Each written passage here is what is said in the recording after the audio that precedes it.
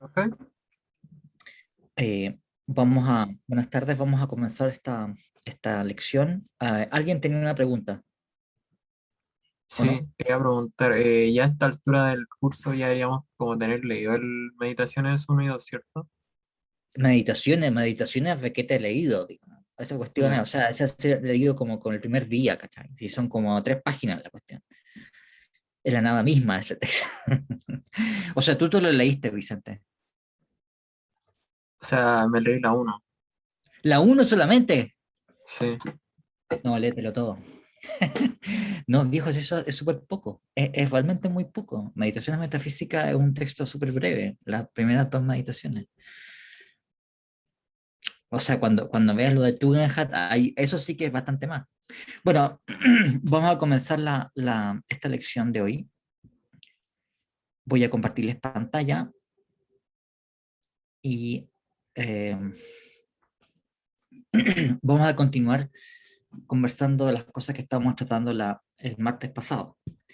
Si ustedes recuerdan, el tema central que estábamos conversando era sobre el principio de equivalencia, sobre cómo el principio de equivalencia después tiene incidencia para unas cosas que se llaman principios de conmutación, o sea, cómo es que la atribución de verdad interactúa con los operadores lógicos usuales, como la conjunción, la disyunción, la implicación, y en particular con la negación, cosa a la cual yo les pedí que prestaran atención especialmente porque vamos a verla después, que tiene incidencia en discusiones acerca de teoría de la verdad. Y, y lo último que estábamos eh, conversando y que dejamos simplemente anunciado el martes pasado, tiene que ver con las llamadas concepciones minimalistas o deflacionarias acerca de la verdad. O sea, estas teorías que se llaman a sí mismas a veces deflacionarias, a veces minimalistas, tienen otros nombres, pero también se las denomina, por ejemplo, hay autores que han hablado de teorías de la redundancia de la verdad. Pero la idea central en cualquiera de estas posiciones es que todo el contenido del concepto de verdad es lo que hemos considerado cuando hemos visto el principio de equivalencia y esos principios de conmutación con los operadores lógicos, que realmente no se necesita ningún tipo de teoría ulterior acerca de cuál es la naturaleza de la verdad, aparte de saber que la verdad satisface P verdaderos y solo si P. ¿Sí? Bueno, entonces, este tipo de posiciones, que como les digo se llaman minimalistas, porque la idea es que basta este contenido mínimo y todas las bastantes especulaciones filosóficas que se han desarrollado a lo largo de la historia, en realidad son un añadido innecesario. A veces no es que solamente sean innecesarios, sino que además son especulaciones dudosas que nos llevan a un terreno altamente en fin, discutible, dudoso, etc. En cambio, este núcleo es un núcleo que resulta suficientemente fuerte y bien justificado para que tengamos claridad sobre el concepto de verdad. También se las denomina teorías deflacionarias de la verdad. Y deflacionaria, bueno, ahora está de moda la inflación, como ustedes saben, porque después de tanto tiempo tenemos problemas de inflación, en que los precios comienzan a subir para los distintos bienes. Bueno, el deflacionario porque es lo contrario de una inflación, es que le estamos bajando, por decirlo así, el nivel a las disputas acerca de la verdad. Todo lo que hay que saber sobre la verdad es lo que indica el principio de equivalencia. ¿Y qué razones hay para sostener tal cosa? Alguien creo que preguntó sobre esto en alguna sesión pasada, pero una razón que se ha dado para sostener esto es que lo que es afirmado o el contenido de lo que es afirmado por alguien cuando afirma que P es verdadero es lo mismo que él afirma cuando afirma que P. Si yo digo, Chile va a juega con Brasil hoy, tengo entendido. Chile va a jugar con Brasil hoy, por ejemplo, está comunicando cierto tipo de información que es exactamente la misma información que yo diría si estoy diciendo, es verdad que Chile va a jugar con Brasil hoy. El que yo añada verdad en esta segunda enunciación no parece añadir ninguna información relevante a lo que yo ya he afirmado cuando he dicho que Chile va a jugar con Brasil hoy. Tal vez, en el mejor de los casos, una suerte de énfasis retórico especial, pero realmente el contenido sigue siendo el mismo. Y por esa razón, también, es que algunos filósofos han sostenido que la función que tiene la verdad es la de entrecomillar, o desentrecomillar. Y la idea es la siguiente, ¿no? Cuando yo estoy hablando de la oración que dice que Chile va a jugar con Brasil hoy, para indicar que estoy hablando de la oración y no de Chile, lo coloco entre comillas. Entonces, la idea es que cuando uno agrega verdad a la oración Chile va a jugar con Brasil hoy, simplemente la función que tiene es que esto que parecía simplemente enunciado, Chile va a jugar con Brasil hoy, ahora aparece entre comillas. Y digo que eso que está entre comillas es verdad. Entonces, todo el paso de aquí es un paso en donde colocamos las cosas entre comillas o las sacamos de las comillas, pero realmente no hay ningún tipo de contenido especial que deba ser asumido o que deba ser supuesto que tiene el concepto de verdad. Eh, una variación dentro de estas concepciones que ha sido defendida por, en fin, hay muchos filósofos, en fin, es una escuela de filósofos que han estado sosteniendo esto a lo largo de todo el siglo pasado. Y ahora, yo les conté que no vamos a dedicar demasiado tiempo a esto porque no es el objetivo del curso y creo que no tendría mucha relevancia. Pero una variación de esta idea son unas teorías que se llaman teorías prosentenciales. Ustedes ahora van a ver que están discutidas en el artículo de Susan Hack sobre teorías de la verdad. Entonces, prosentenciales, ¿por qué?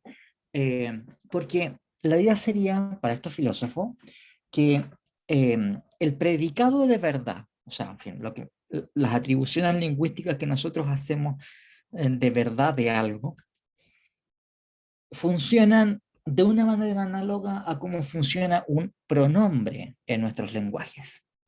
¿Bien? Entonces, un pronombre, como decir, qué sé yo, tú, él, nosotros, o este, ese, etcétera, aquel, eh, cumple la función de un nombre. Yo en vez de decir, qué sé yo, Juan está contento, yo puedo sustituir el nombre propio Juan, que designa a ese individuo, y decir, él está contento.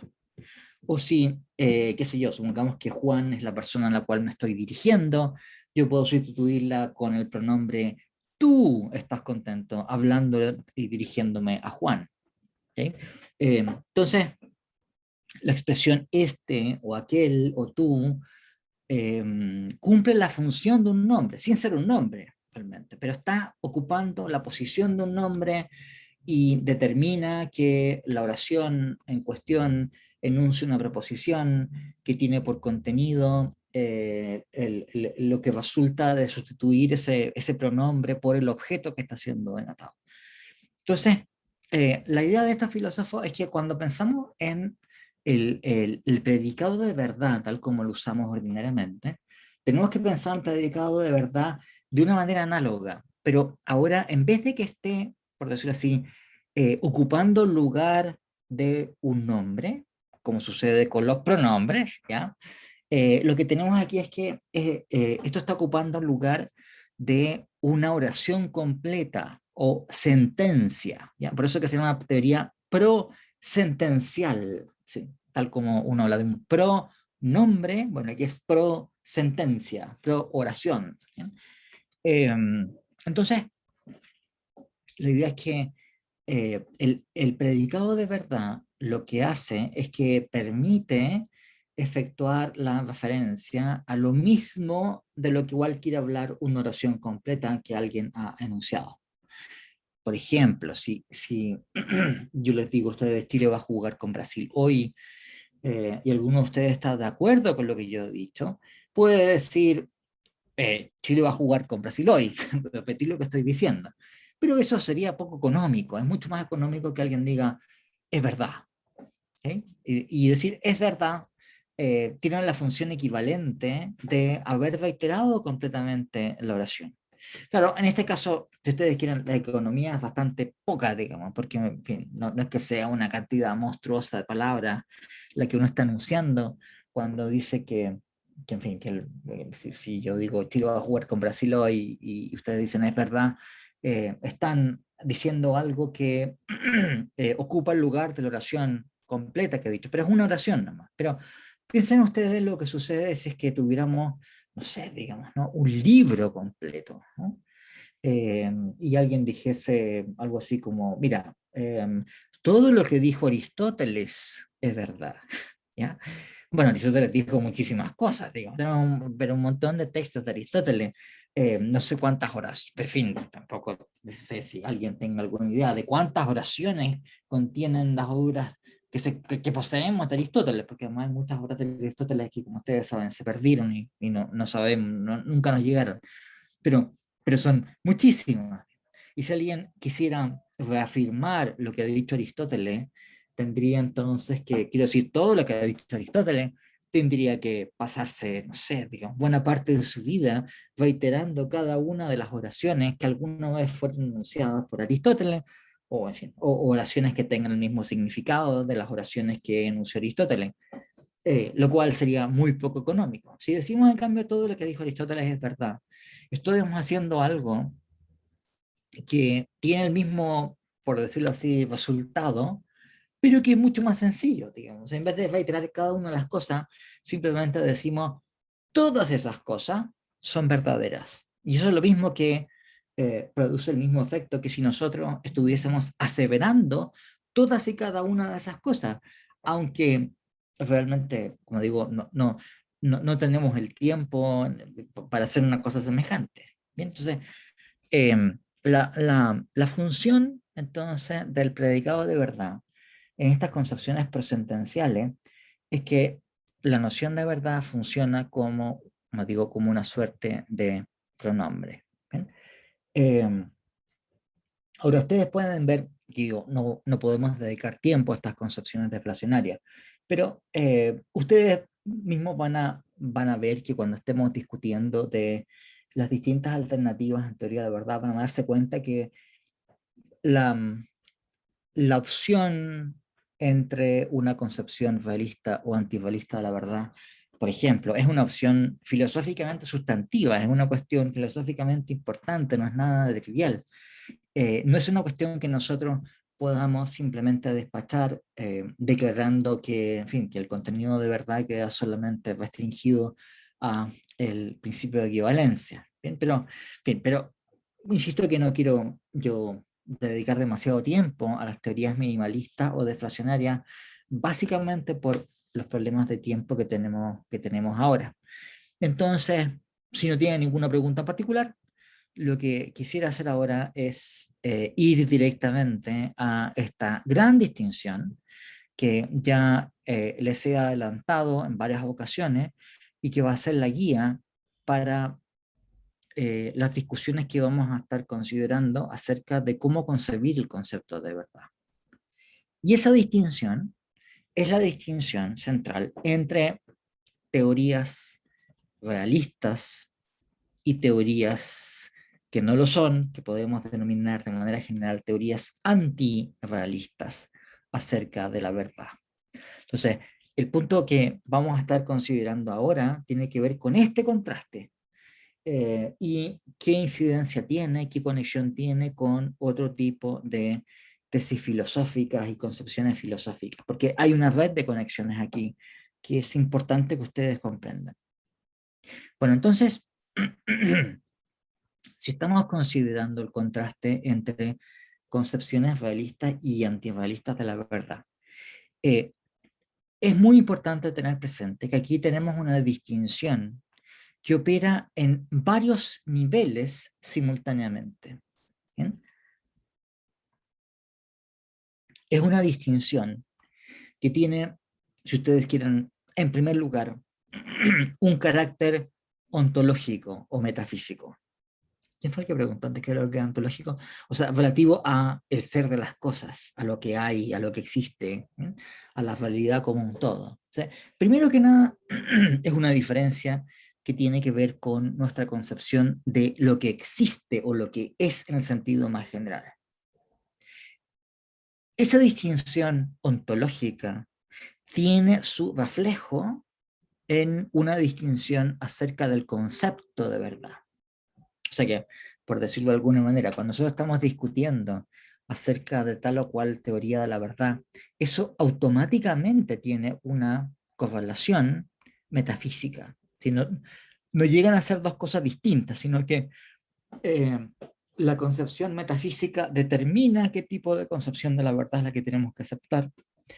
Y al revés, digamos, un filósofo puede llegar a una concepción metafísica debido a que tiene una concepción de la verdad. Históricamente ha sido así. Históricamente ustedes se encuentran con filósofos que en realidad está como considerando puramente, digamos, la noción de verdad y no tiene, por decirlo así, en principio no tiene en la cabeza cuestiones ontológicas, pero se siguen consecuencias ontológicas de lo que le está diciendo.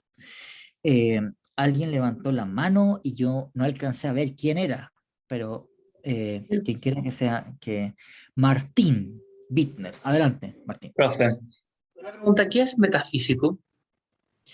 Ya, bueno, mira, vamos a usar metafísico como sinónimo de ontológico y designa aquella disciplina que tiene por objeto el estudio de todo lo que existe del modo más general posible.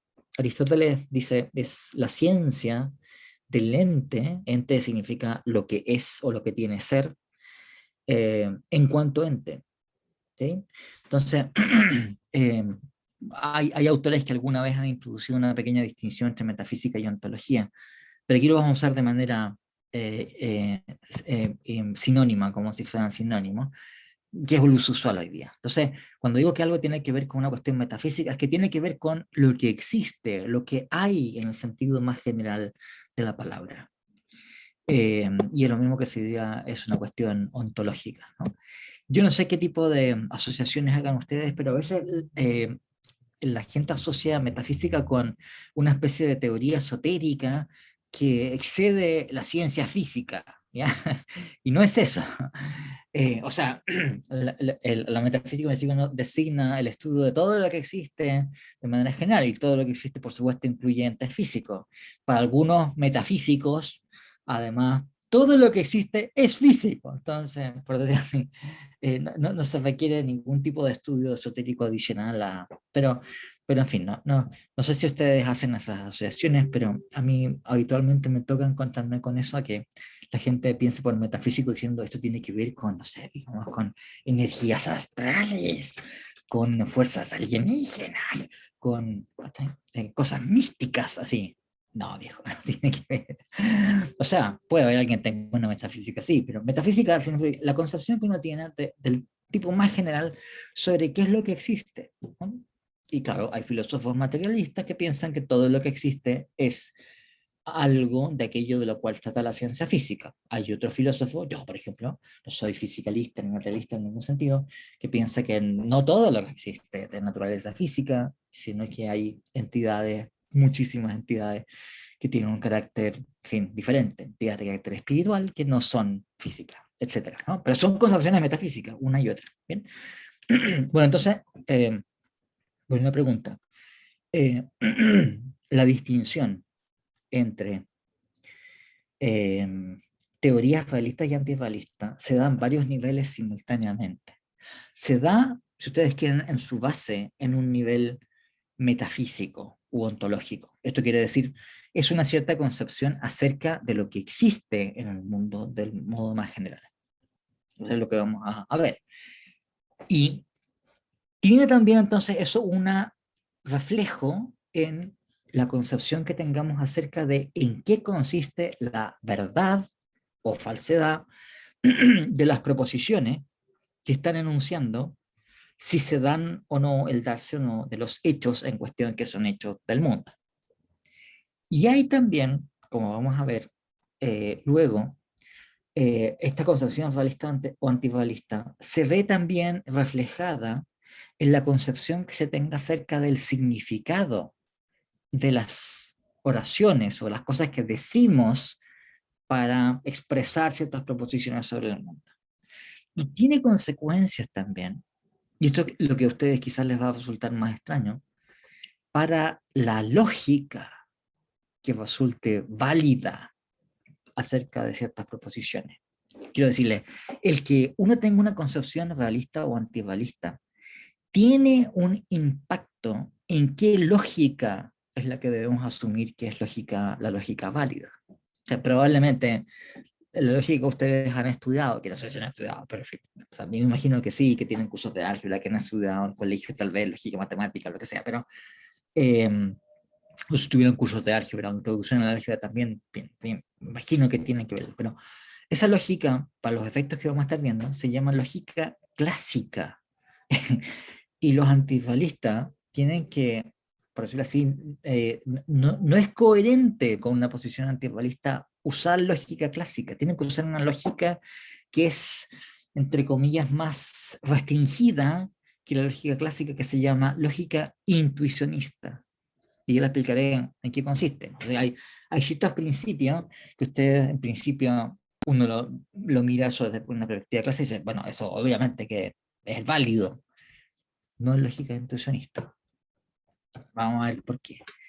Y también tiene algunas consecuencias epistemológicas que también vamos a explicar. Entonces, hay aquí, por decirlo así, esto es una especie como de, en fin, cadena, digamos, donde hay muchos eslabones en esta cadena que están conectados entre sí. Lo metafísico, lo que tiene que ver con el concepto de verdad, lo que tiene que ver con la semántica, o sea, la idea sobre qué es el significado de las cosas que decimos y que escribimos, etcétera, tiene que ver con la lógica y tiene que ver con cuestiones epistemológicas. Bueno, entonces, ¿cuál es la distinción central aquí? A la cual vamos a estar volviendo una y otra vez.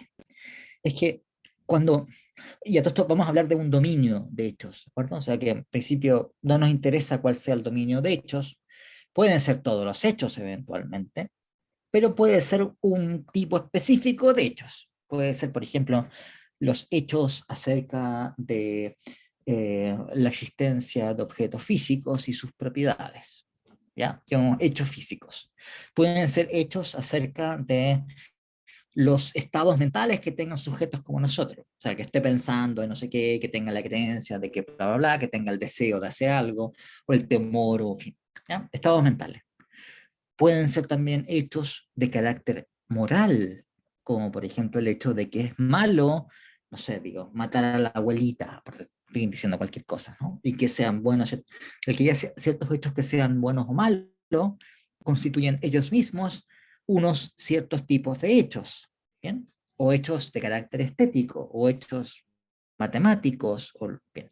Entonces, por el momento no interesa cuál es el tipo de hecho que estamos nosotros considerando, lo que nos interesa ver es simplemente que, bueno, para un tipo de hechos determinado, qué sé yo, aquí ustedes ven en la lámina tenemos hechos F, que lo que es F lo podemos cambiar por lo que sea, y eventualmente podrían ser todos, ¿ya? Eh, entonces, el realismo acerca de los hechos F es la posición metafísica, de acuerdo a la cual esos hechos F son independientes de nuestros estados epistémicos. Esto es, eh, podemos decir, los hechos F se dan de la forma en que se dan, de una forma completamente objetiva, en donde qué pase en nuestras mentes, qué tipo de evidencia tengamos nosotros respecto de esos hechos, qué tipo de creencias tengamos nosotros respecto de esos hechos, qué tipo de, en fin, reacciones emocionales tengamos nosotros respecto de esos hechos, no tienen ninguna incidencia acerca de si se dan o no se dan. Ellos se dan o no se dan de manera independiente. ¿Okay? En cambio, una posición antirrealista, que la contradictoria de lo que estamos diciendo es una concepción, si tengo una concepción antirrealista respecto de hechos F, la idea es que los hechos F no se dan con independencia de nuestros estados epistémicos, o en otras palabras, se dan en dependencia de cuáles sean nuestros estados epistémicos. Cuando digo estados epistémicos, quiero decir estados en virtud de los cuales cada uno de nosotros y sujetos como nosotros, como podría ser un alienígena, en fin, inteligente, ¿bien? O un ángel, ¿bien? Llega a enterarse, llega a tener evidencia de algo. Entonces es un estado epistémico tener la percepción como si es de día. Es un estado epistémico creer que hay muchos gatos en el vecindario. Es un estado epistémico desear que Chile gane el partido con Brasil. Y también es un estado epistémico tener que Chile va a perder con Brasil, o tener la esperanza de que Chile vaya a ganar frente a Brasil. Entonces, llego a estado epistémico porque es un estado mental que tiene un sujeto que en principio le permite tener un acceso o creencia justificada o no justificada respecto de ese hecho, ¿no? Martín, tienes una pregunta. O sea, por ejemplo, un ejemplo antirrealismo sería que si alguien desea que Chile gane contra Brasil, entonces es más probable que ocurra, una cosa así. Claro, sí, pero vamos a ver ejemplos mucho más claros sobre eso. O sea, ejemplos en donde tú Ya. vas a ver cómo la idea que tiene el filósofo es que el dominio de hechos en cuestión es de alguna manera constituido por nuestros estados mentales. ¿Okay? Bueno, entonces, una posición antirrealista sobre hechos del tipo F es una concepción en donde el darse o no darse de los hechos está de alguna manera, esto lo dejo abierto porque vamos a ver que hay una enorme variedad de alternativas sobre cómo se produce eso, pero de alguna manera esos hechos están constituidos por nuestros estados epistémicos. Claro, y pueden ser de mucho tipo, y vamos a ver, por ejemplo, teorías de la verdad que van desde formas de relativismo, en donde lo que se pide de esos estados epistémicos es casi nada, ¿de acuerdo? O sea, es lo más promiscuo que hay, a concepciones en donde los estados epistémicos que son relevantes para constituir los hechos en cuestión son extremadamente exigentes, o sea, tan exigentes que probablemente ninguno de nosotros tiene estado epistémico de ese estilo. No, ninguno de los nuestros cuenta como para eso. Son, en fin, estados epistémicos ideales, ¿ya? Y está toda la gama de distintas alternativas. Pero en cualquier caso, está la idea de que la validad de esos hechos F, no lo que queramos, sino la validad de esos hechos F está constituida de alguna manera por nuestros estados epistémicos, que puede ser el que tengamos cierta evidencia perceptiva acerca de ellos, el que tengamos cierta evidencia puramente racional, como por ejemplo cuando uno tiene evidencia de que una verdad matemática está probada, uno lee un teorema matemático y uno se persuade al leer el teorema matemático que la tesis que ha sido probada en efecto ha sido probada, ¿bien? Eso podemos llamarlo así, es una evidencia a priori, porque no depende de la experiencia. Puede consistir en algunas formas de antirrealismo el que nosotros tengamos cierto tipo de emociones respecto de algo. ¿Bien? O a lo mejor no nosotros, pero el grueso de los miembros de nuestra cultura que tengan una cierta reacción emocional respecto de algo. Vicente Miranda pregunta, ¿por qué las creencias religiosas serían compatibles con el antirrealismo? A ver, o para decirte de otra manera, tú tienes concepciones religiosas realistas y también tienes tú concepciones religiosas antirrealistas. Entonces hay cierto tipo de concepciones religiosas, quiero decir, concepciones acerca de Dios y acerca de cómo tenemos que comportarnos respecto de Dios, que son formas de antirrealismo, en donde la realidad de Dios en realidad es algo que está constituido por nuestros estados epistémicos. Y otras, en cambio, en que no, en que son totalmente realistas. Quiero decir, la idea es que, mira, el hecho de que Dios exista es un hecho totalmente objetivo. Cuáles sean las exigencias que se impone sobre la forma en que tenemos que ordenar nuestra vida, es algo completamente objetivo.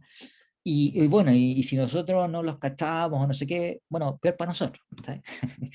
En cambio, una concepción antirrealista, no, la idea es que el Dios existe, pero es algo que ha sido proyectado por o constituido por cierto tipo de estados epistémicos nuestros. Entonces, no es que, por decirlo así, las creencias religiosas sean compatibles con el antirrealismo, sino que más bien lo que tú te encuentras, Vicente, es que tienes alternativas, así como tienes alternativas realistas y antirrealistas sobre hechos morales, sobre hechos estéticos, sobre hechos físicos, sobre hechos mentales.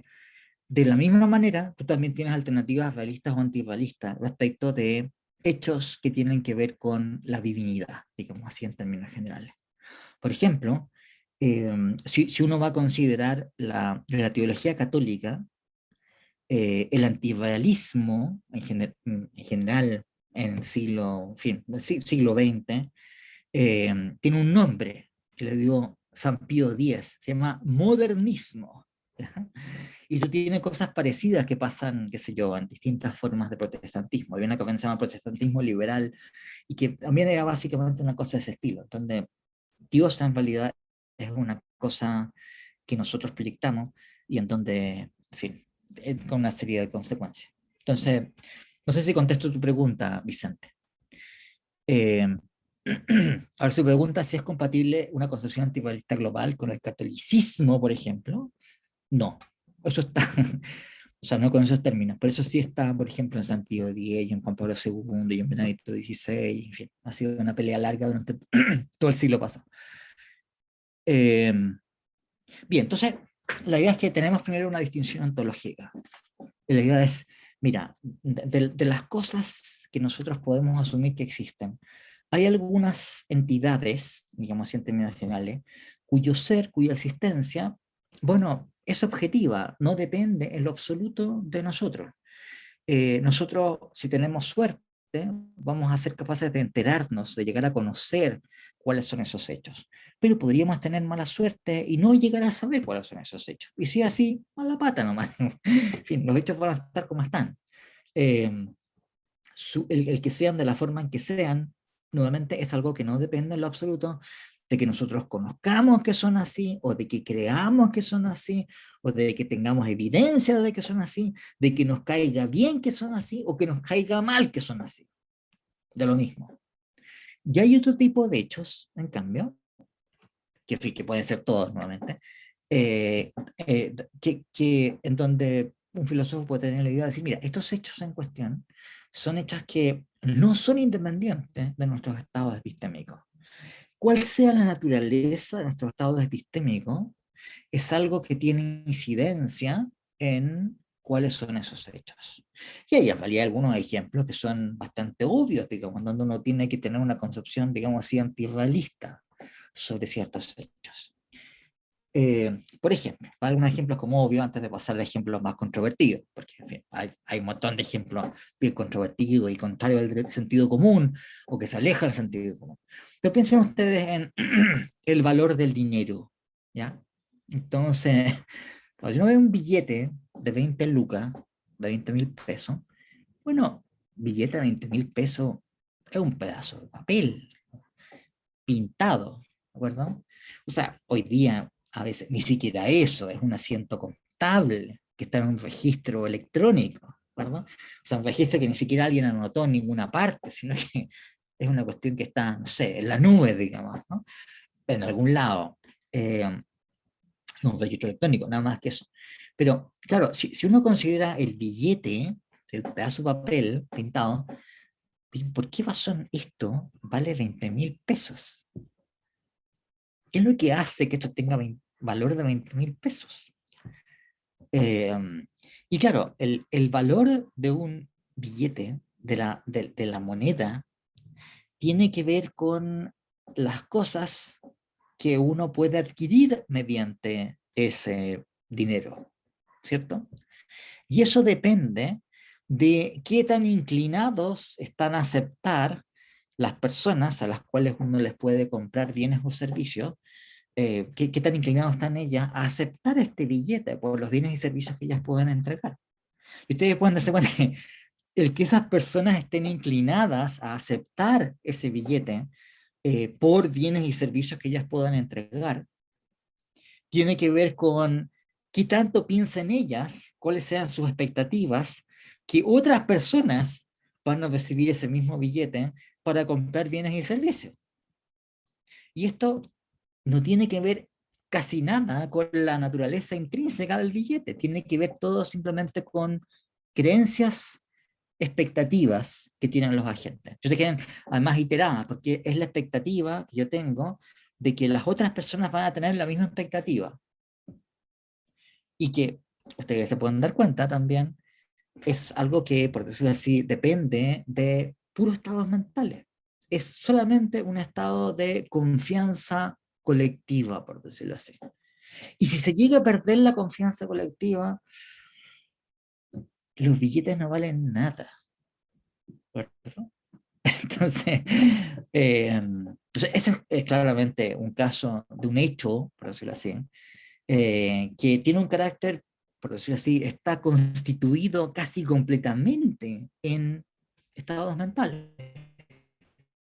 Claro, no son estados mentales solamente de un individuo, son estados mentales, digamos así, colectivos, sociales, son expectativas públicas de una multitud de gente que creen algo y creen que otros creen algo y creen que otros creen que otros creen algo, y eso es lo que hace que el sistema funcione.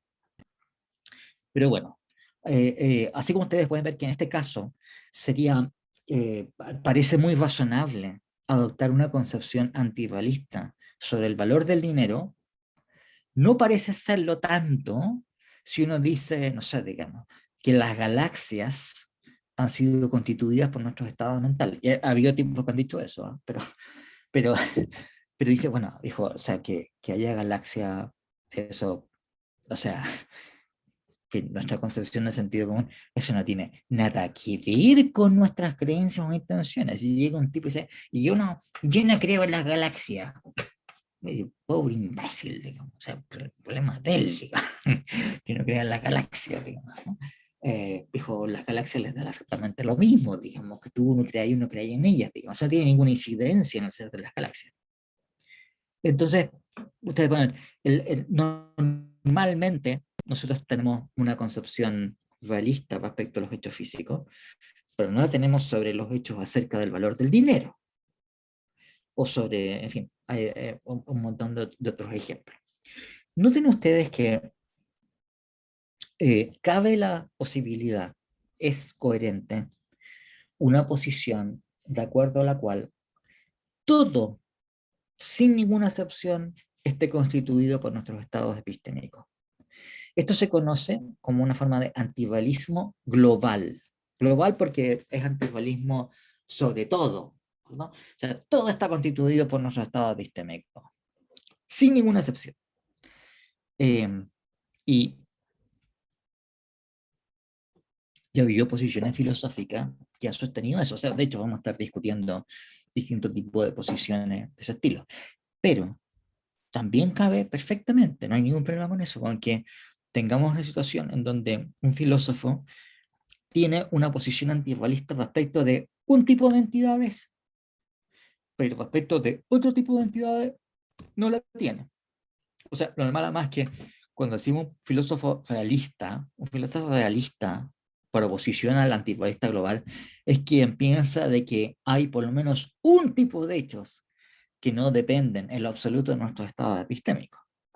Al menos uno, y pueden variar cual sea, ¿no? Bien, Francisca Marino pregunta, ¿y cómo sería una lista del valor del dinero? Bueno, a ver, piensa tú que uno ocupa como medio de cambio algún tipo de bien y uno puede sostener que hay ciertos bienes que tienen un valor intrínseco, por tanto nuestras creencias acerca de su valor, por ejemplo, pueden estar radicalmente equivocada, y en fin, hay una, por decir, tipo fijo de cosas que son aquellas con las cuales deberíamos intercambiar esos bienes, ¿no? Una cosa de ese estilo eh, resulta más razonable si uno piensa, no sé, si uno toma como patrón de medida, por ejemplo, para los intercambios, algo así como el oro, por ejemplo. Bueno, tampoco funciona exactamente así, pero tendría que ser una cosa de ese estilo. Ahora, yo no conozco ninguna teoría realista respecto del dinero. Porque aunque uno esté pensando en un bien como el oro, por ejemplo, o la sal, o no sé, digamos, cosas que han sido utilizadas alguna vez como medio de intercambio, de todas maneras, el valor que le asignamos a una cosa de ese estilo es una función de qué necesidad tenemos de ella y qué tan escasa sea, ¿verdad? Entonces, eso necesariamente tiene que ver con factores subjetivos nuestros acerca de cuáles son nuestras preferencias, etcétera, etcétera, ¿no? Pero eh, algo así iría. En el caso de un billete, por supuesto que nadie tiene necesidad de billetes, digamos. No sé, digamos, es un gallo loco diciendo, no, es que yo amo los billetes, digamos, quiero tener billetes porque son lindos. Okay. No sé si contesto tu pregunta, Francisca, pero lo que me interesa ver aquí es que cabe perfectamente. La idea es que uno tenga una concepción antirrealista local sobre cierto tipo de hechos y no sobre otros. Por ejemplo, algo que hoy día es súper frecuente es tener gente que son realistas respecto de los hechos físicos. O sea, yo tengo un montón de colegas que piensan eso, pero antirrealistas respecto a los hechos morales. Entonces digan, bueno, a ver, que haya galaxias, eso es un hecho completamente objetivo. Cuál sea la masa del electrón, eso es un hecho completamente objetivo. Ahora, que sea malo matar a mi abuelita, no, eso sí que, no, eso tiene que ver con factores culturales, con las preferencias que se tienen, el tipo de reacciones emocionales habituales en una sociedad, eh, etcétera, ¿no? O realismo sobre los hechos físicos y antirrealismo sobre los hechos estéticos, por ejemplo, diciendo, mira, que haya galaxia es una cosa completamente objetiva. Ahora, la belleza de la pietà de Miguel Ángel, eso es una cosa más bien que proyectamos nosotros, tiene que ver con un contexto cultural en donde nosotros nos gustan esas cosas porque tienen, no sé, digamos, cierto tipo de funciones sociales que cumplen. Ya. O sea, ese tipo de cosas son bastante frecuentes. Pero lo que va a ser más interesante, creo, para nosotros, es considerar teorías antirrealistas globales, o sea, posiciones filosóficas en que dicen, no, mira, esto no es una cuestión restringida para un tipo de hechos particulares, como los hechos sobre el dinero, o que sea, los hechos sobre lo cómico, que es otro ejemplo típico. Si el que algo sea gracioso, digamos, parece tener que ver con nuestras reacciones emocionales, el que algo nos dé risa o no, y eso tiene que ver con estados subjetivos. Pero ha habido filósofos que han sostenido que, que todo lo que hay está constituido por nuestro estado epistémico, incluyendo las galaxias, por supuesto, ¿no? Bueno, también, por ejemplo, para colocar otro ejemplo que está aquí colocado en la lámina, un filósofo podría ser antirealista sobre los hechos físicos, pero sin embargo realista sobre los hechos matemáticos, diciendo, mira, los hechos matemáticos acerca de la aritmética elemental, teoría de conjuntos, topología, lo que ustedes quieran, esos son hechos completamente objetivos. Ahora, que existan cosas físicas, eso es algo que depende de factores epistemológicos. Yo sé que esto les puede sonar a ustedes extraño, pero esto ha pasado en filosofía, ¿no? O sea, de hecho, hay un famoso matemático que tiene esta tesis de que la realidad física es un constructo matemático. Está loco el tipo. Se llama Max Tegmark. Si ustedes ven en la librería van a encontrar que está traducido un libro que él tiene, ¿no? Se llama The Mathematical Universe. Eso es un gallo reciente, ¿no? No es un tipo que está vivo, digamos, Tegmark. Bueno, entonces ustedes pueden ver que hay una distinción que es metafísica u ontológica. O sea, tiene que ver con nuestra concepción acerca de lo que existe, de lo que es en el sentido más general de la palabra. Lo que resulta más interesante para nosotros es que esta diferencia ontológica se ve reflejada en una diferencia análoga respecto de la naturaleza de la verdad. Entonces, la idea sería la siguiente. Tenemos una dimensión, por decirlo así, acerca de los hechos, ¿ya? Del mundo, como quiera que sea. Tenemos proposiciones, ¿te acuerdas que estuvimos hablando sobre esto la sesión pasada? Proposiciones que enuncian el que se den o no se den estos hechos y que, bueno, por tanto, son verdaderas o falsas, ¿no? Entonces la idea es que la verdad o la falsedad de esas proposiciones está, por decirlo así, infectada por esa concepción metafísica. Si nosotros tenemos una concepción metafísica antirrealista sobre un dominio de hechos, la verdad de las preposiciones que enuncian esos hechos también va a ser una concepción de la verdad antirrealista. O sea, el contraste aquí, que ustedes van a ver que se da la correlación inmediatamente, es el siguiente. Una concepción realista sobre la verdad de cierto tipo de proposiciones es una concepción de acuerdo a la cual la verdad o la falsedad de esas preposiciones es algo completamente objetivo, independiente de cuáles sean nuestros estados epistémicos. O sea, las preposiciones son por sí mismas verdaderas o falsas, según cómo sean las cosas, digamos, que están describiendo, y para el que estas preposiciones sean verdaderas o falsas, no tiene ninguna incidencia cuáles sean nuestras creencias, cuáles sean nuestras emociones, cuáles sean los conocimientos que tengamos, etcétera, ¿no? Nos puede caer mal la proposición, nos puede caer bien la proposición, podemos sentir un profundo desagrado por la proposición, da lo mismo. Si la proposición es verdadera, punto. Y si tú no te diste cuenta que es verdadera y pensaste erróneamente que es falsa, peor para ti, ¿de acuerdo? Problema tuyo, eso no tiene ningún problema, ninguna incidencia. En cambio, ¿qué es lo que sucede cuando uno tiene una concepción antirrealista de la verdad? La idea es que la verdad y correlativamente la falsedad de las proposiciones del dominio en cuestión, acuérdense que se trata del dominio, proposiciones que enuncian ciertos hechos de un cierto tipo, así como proposiciones éticas que son proposiciones que están enunciando hechos éticos o hechos morales. Eh, no es independiente de nuestros estados epistémicos. Con otras palabras, las, las proposiciones en cuestión, el que sean verdaderas o falsas, está constituido por el tipo de evidencias, de creencias, de justificaciones, de conocimiento o incluso en algunos casos de reacciones emocionales que tengamos nosotros respecto de esas proposiciones y lo que enuncian. Ahora, entonces, ¿por qué razón se da esta conexión entre concepción metafísica y concepción sobre el concepto de verdad? O el principio de equivalencia.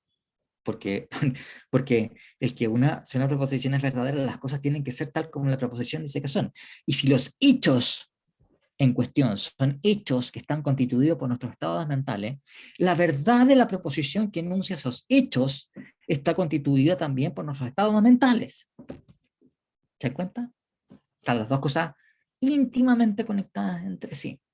Entonces, una concepción metafísica realista acerca de un dominio de entidades se ve, por eso tiene su espejo en una concepción realista acerca de la verdad de las proposiciones que enuncian esos hechos. Y al revés, si uno tiene una concepción antirrealista respecto de ciertos hechos, la verdad o falsedad de las proposiciones que enuncian esos hechos debe ser también antirrealista.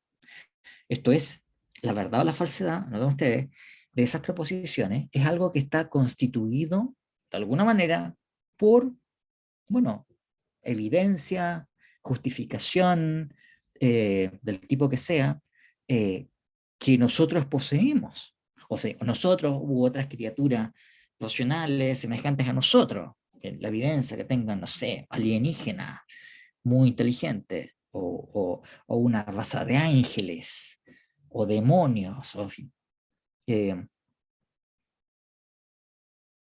por eso, si ustedes quieren colocarlo como un eslogan, ¿no? A veces se coloca esto como un eslogan, diciendo, mira, ¿qué es característico de una concepción antirrealista? Que la verdad no es independiente de la verificación. Ahora, ¿qué quiere decir esto, este eslogan?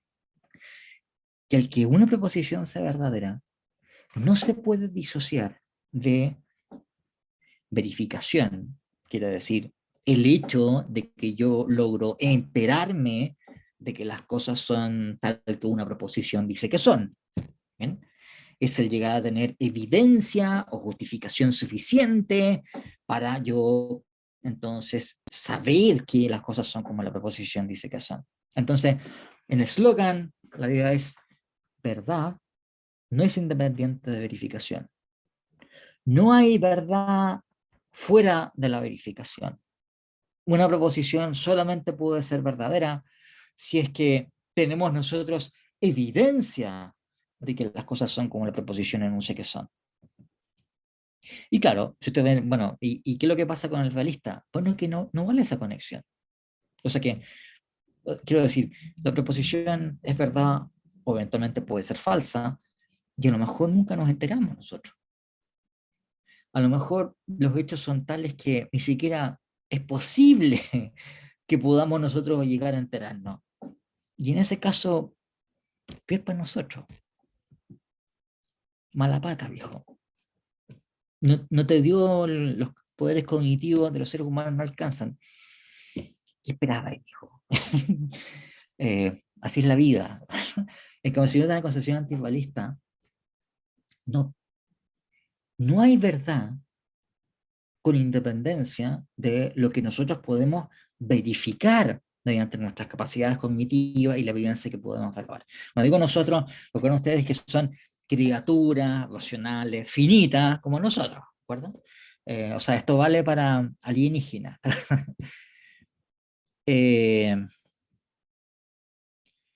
Francisca me pregunta, ¿esto es para un realista que sea independiente de la verificación? Claro, exactamente.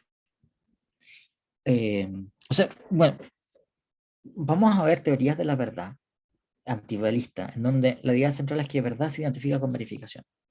Y nosotros no se ocupa esa terminología, pero la idea es más o menos la misma, ¿no? A veces hay teorías de la verdad que lo que hacen nada más que la verificación en la cual están pensando es verificación de un tipo súper estrecho. Por ejemplo, verificación mediante percepción sensorial.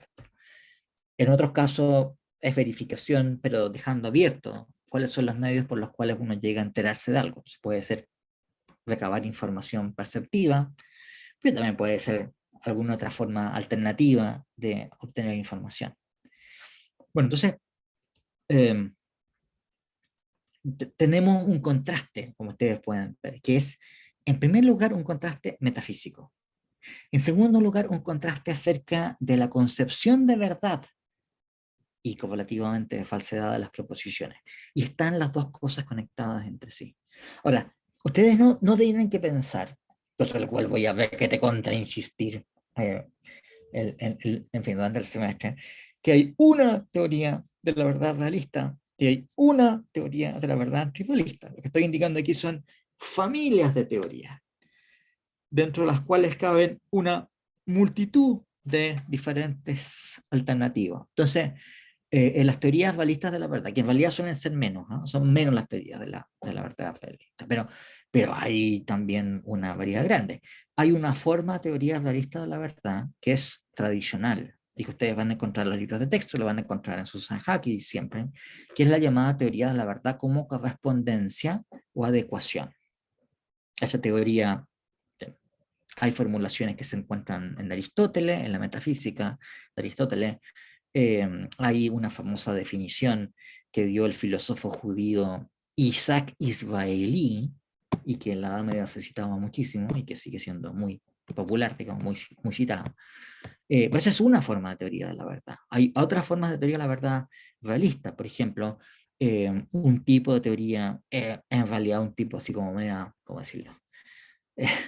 es una cuestión como de nicho, digamos, son un nicho unos filósofos que discuten esto, o sea, es una cosa no muy popular, pero hay una forma de teoría de la verdad, por ejemplo, se llama teoría de la verdad de la identidad.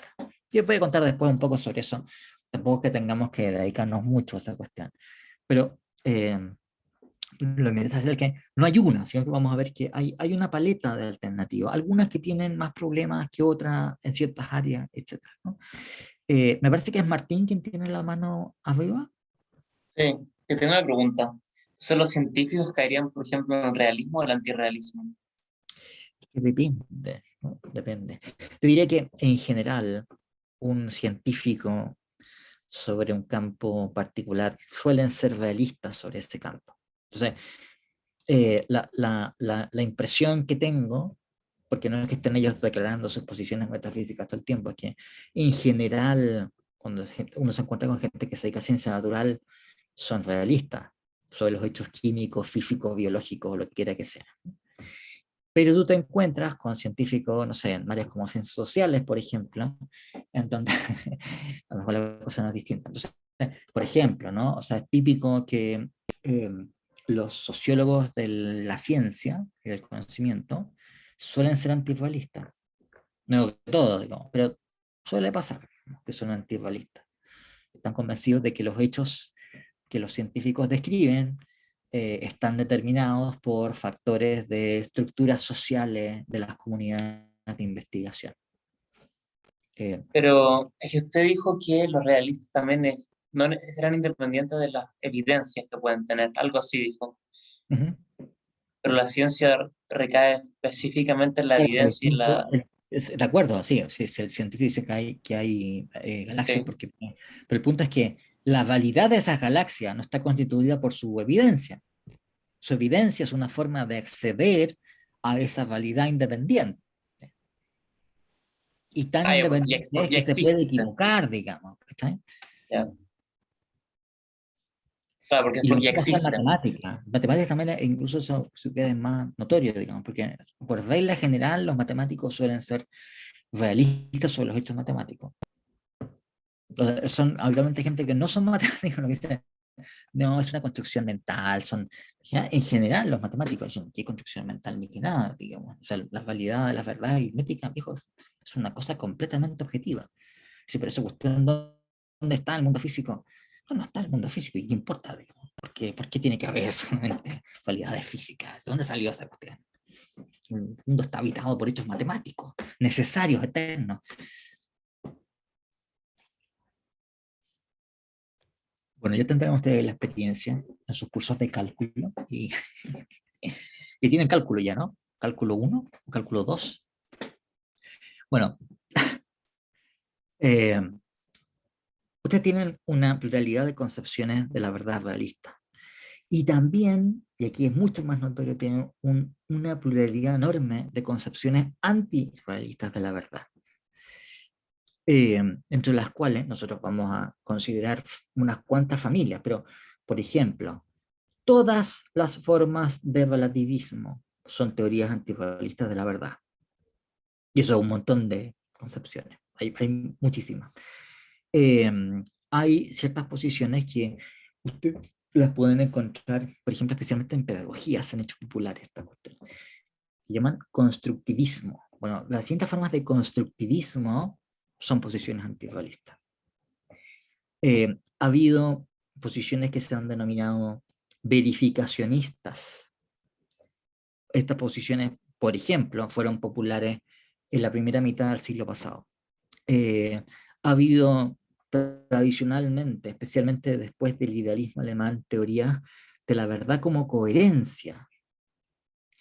Y ha habido también teoría en donde la verdad consiste en cierta evidencia, cierto carácter por el cual algo puede ser racionalmente aceptado, pero es aceptabilidad racional idealizada, no la que tenemos nosotros ordinariamente. Es la evidencia que haría racionalmente aceptable algo, pero en condiciones que son ideales, no son las condiciones que se dan aquí y ahora. Bueno, son distintas formas de antirrealismo y hay cosas que son comunes a ellas. Por supuesto, hay algunas que, si ustedes quieren, están expuestas a más problemas que a otras, ya sea porque incluyen requerimientos más difíciles de conseguir, o a veces por el problema contrario, porque son tan promiscuas, por decirlo así, tan laxas, como es tan fácil conseguir, la verdad, la falsedad, algo que, en fin, que comienza a quedar la escoba. Entonces vamos a ver el relativismo, el caso típico, digamos, donde como la verdad y la falsedad son tan baratas, digamos, entonces comienza a quedar la escoba rápidamente.